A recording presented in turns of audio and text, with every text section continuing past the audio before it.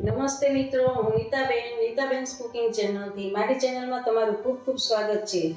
એકદમ બજાર જેવી અને ખાવામાં ખૂબ જ ટેસ્ટી એવી સિંગની ચીકી આજે આપણે બનાવવાના છીએ। સિંગની ચીકી ઘરે બનાવવા માટે ઘણાને એવું હોય છે કે સિંગની ચીકી ખાતી વખતે મોઢામાં ચોંટે છે અથવા તો સિંગ અને ગોળનું માપ કેટલું લેવું એ ખબર નથી પડતી। તો એ જાણવા માટે આજે હું તમને બધું જ બરાબર શીખવવાની છું। તો સિંગ અને ગોળનું બંનેનું માપ સરખું જ રાખવાનું છે। જેમ કે 250 ગ્રામ સિંગ હોય તો 250 ગ્રામ ગોળ લેવાનો છે, બંનેનું માપ સરખું રાખવાનું છે। આવી રીતે માપ કરીને તમે ચીકી બનાવશો ને તો બજાર જેવી જ ચીકી બનશે। આપણે સિંગ ચીકી બનાવવાના છીએ તો સિંગ ચીકી બનાવવા માટે આપણે આ 3 સામગ્રીની જરૂર પડશે। આ 200 ગ્રામ કાચી સિંગ લીધેલી છે મેં, બજારમાં તૈયાર મળે છે, તમારે ઘરમાં હોય તો ઘરની પણ હાલે। કાચી સિંગ 200 ગ્રામ છે, સામે 200 ગ્રામ મેં કોલ્હાપુરી ગોળ લીધેલો છે અને 1 થી 1.5 ચમચી જેટલું મેં ઘી લીધું છે। ઘી આપણે સાઈન આપવા માટે, ચીકીની સાઈન આપવા માટે આપણે ઘી નાખીએ છીએ। તો આ 3 વસ્તુમાંથી જ આપણે ચીકી બનાવવાના છીએ। તો ચાલો આપણે હવે ચીકી બનાવશું। સિંગની ચીકી બનાવવા માટે આપણે સિંગમાંથી ફોતરા દૂર કરવા માટે આ આપણે સિંગને આછી એવી શેકવાની છે, જેથી કરીને એના આસાનીથી ફોતરા બહાર નીકળી જાય, છૂટા પડી જાય અને સિંગના 2 ભાગ થઈ જાય અને ટેસ્ટમાં પણ થોડુંક વધી જાય।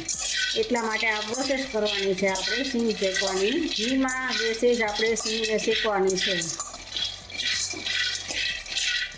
3 થી 4 મિનિટ આવી રીતે આમ આપણે સિંગને શેકવાની છે, હલાવતા રહેવાનું છે।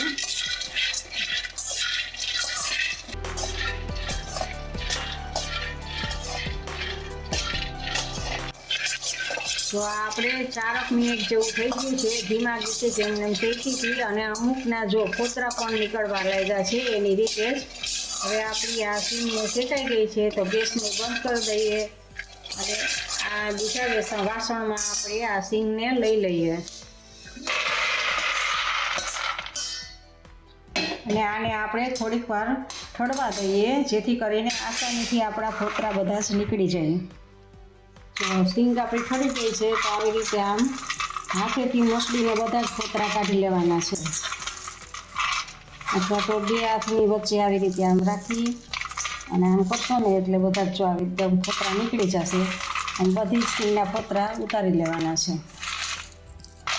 આપણે સિંગના ફોતરા બધા જ નીકળી ગયા છે અને હવે આપણે આ મેશ કરવાનું છે, એનાથી આપણે સિંગ ઉપર દબાવીએ, જેથી કરીને સિંગના જો આવી રીતે આમ 2 ડિવાઈડમાં વેચાઈ જાય, 2 ફાટ થઈ જાય અને સેજ આખા પાખી એવો ભૂકો પણ થઈ જાય। આખી સિંગ ના રહે, બધી જ સિંગને આવી રીતે આમ કરી દેવાની છે। જો આપણી આ સિંગના 2 ફાડા થઈ ગયા છે અને થોડો ઘણો અધકચરો ભૂકા જેવું પણ થઈ ગયું છે, તો આ સિંગની ચીકી બનાવવા માટેની આપણી આ સિંગ હવે તૈયાર છે। ચીકી બનાવવા માટે ગેસ સ્ટાર્ટ કરીને એની ઉપર મેં વાસણ લીધું છે અને વાસણ ગરમ થાય એટલે એમાં 1 ચમચી 1 થી 1.5 ચમચી જેટલું ઘી છે એ ઘી એડ કરું છું અને એમાં આપણે આ 200 ગ્રામ ગોળને એડ કરીએ છીએ।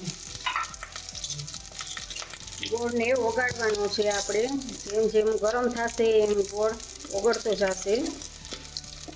હલાવવાનું છે આવી રીતે આમ, ગેસને ધીમો કરી દઈએ।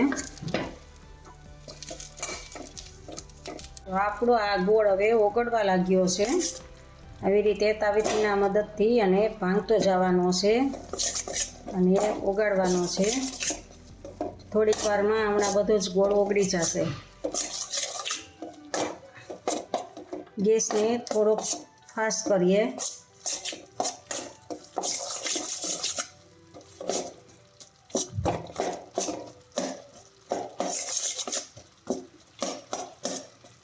જો લગભગ આ બધો જ ગોળ આપણો હવે ઓગળી ગયો છે, તો ગેસને પાછો ધીમો કરી દઈએ અને હવે આપણે આ ધીમા તાપે જ આપણે ગોળનો પાયો લેવાનો છે ચીકી માટેનો। ચીકીનો પાયો લેવો એ ચીકી માટે ખૂબ જ મહત્ત્વનું હોય છે। કારણ કે જો પાયો સરખો લેવાય ને તો જ ચીકી સારી બને, નહીંતર ચીકી છે દાંતે ચોટે અથવા તો એકદમ કડક બની જાય. પણ પાયો એ જ ખૂબ મહત્ત્વનો છે. તો આમ હલાવતા રહેવાનું છે. તો આપણો ગોળ એકદમ ફૂલાઈને થઈ ગયો છે, ફીણા આવી ગયા છે ઉપર. હજી આપણે પાયો નથી આવ્યો ગોળનો, તો હજી આપણે હલાવવાનું જ છે. ગોળનો કલર ચેન્જ થઈ જશે, પાયો આવશે એટલે બ્રાઉન કલર થઈ જશે. અત્યારે ગોલ્ડન ઉપર છે.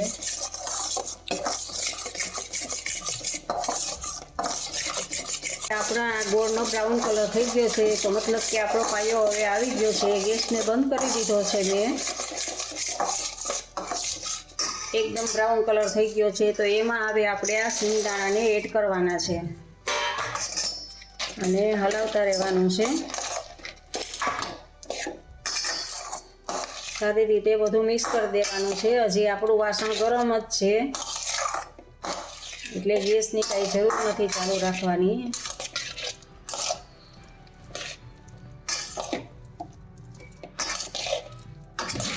સારી રીતે આમ મિક્સ કરી દેવાનું છે બધું.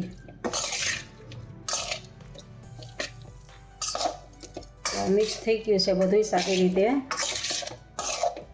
આ આપણું ગ્રીસ કરેલું એક પ્લાસ્ટિક છે, એની ઉપર આ ચીકીને પાથરવાની છે.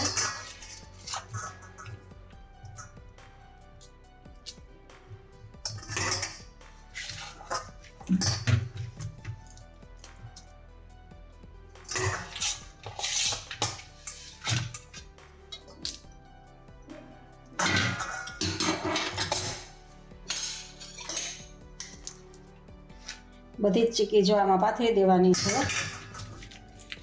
પોળી પોળી કરી દઈ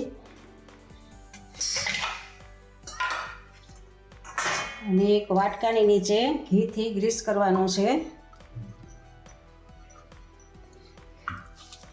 અને વાટકાની મદદથી આમ દબાવવાનું છે.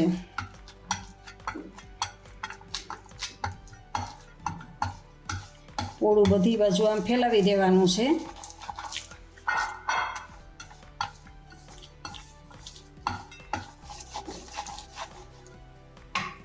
એની ઉપર આ ગ્રીસ કરેલું આપણે પ્લાસ્ટિક પાથરીએ અને વેલણની મદદથી વણી લેવાનું છે.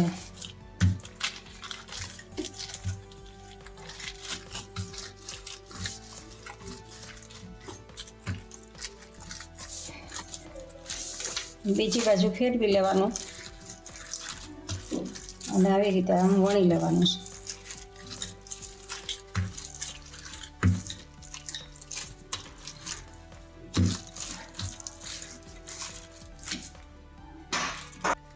તો પ્લાસ્ટિકને આવી રીતે આમ હવે કાઢી લેવાનું છે અને આ આપણી ચીકી બની ગઈ છે. તો હવે આને આપણે થોડીક વાર ઠળવા દેવાની છે, પણ ઠળતા પહેલાં આપણે હજી ગરમ હોય ત્યારે જ કાપા કરી લેવાના છે. પીઝા કટરની મદદથી અથવા તો ચપ્પુની મદદથી તમે કાપા કરી શકો છો.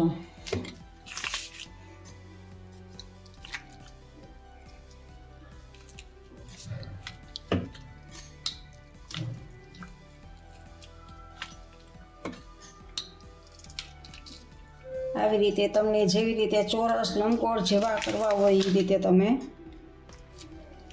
કરી લ્યો. આવી રીતે આમ કાપા મેં ચોરસ કરું છું હું.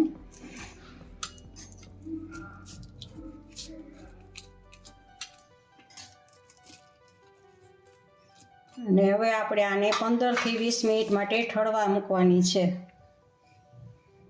20 મિનિટ જેવું થઈ ગયું છે અને આપણે હવે તલની આપણે એકદમ સુકાઈ ગઈ છે. સિંગની ચીકી આપણે એકદમ સુકાઈ ગઈ છે જુઓ. અને આપણે આકા કરી લીધા છે એટલે ત્યાંથી આમ અલગ પણ પડી જાય છે.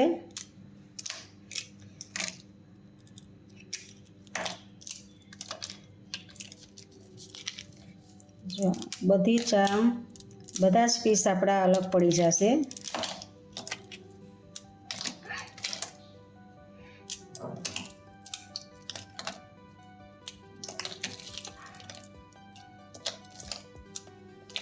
જો આપણા બધા જ પીસ અલગ પડી ગયા છે અને આપણી આ સિંગની ચીકી હવે તૈયાર છે. જો આપણે આ ડબ્બામાં ભરીને સ્ટોર કરી દેવાના છે અને જ્યારે ખાવા હોય ત્યારે આમાંથી લઈને આપણે ખાવાના છે. એકાદ મહિના માટે સરસની એવી ને એવો ટેસ્ટ હોય છે.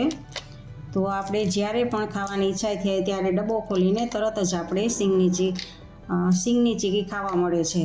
તો મિત્રો, આવી રીતે તમે સિંગની ચીકી બનાવીને રાખી દેશો તો જરૂરથી સરસની મસ્તીની એવી આપણી આ સિંગની ચીકી બને છે.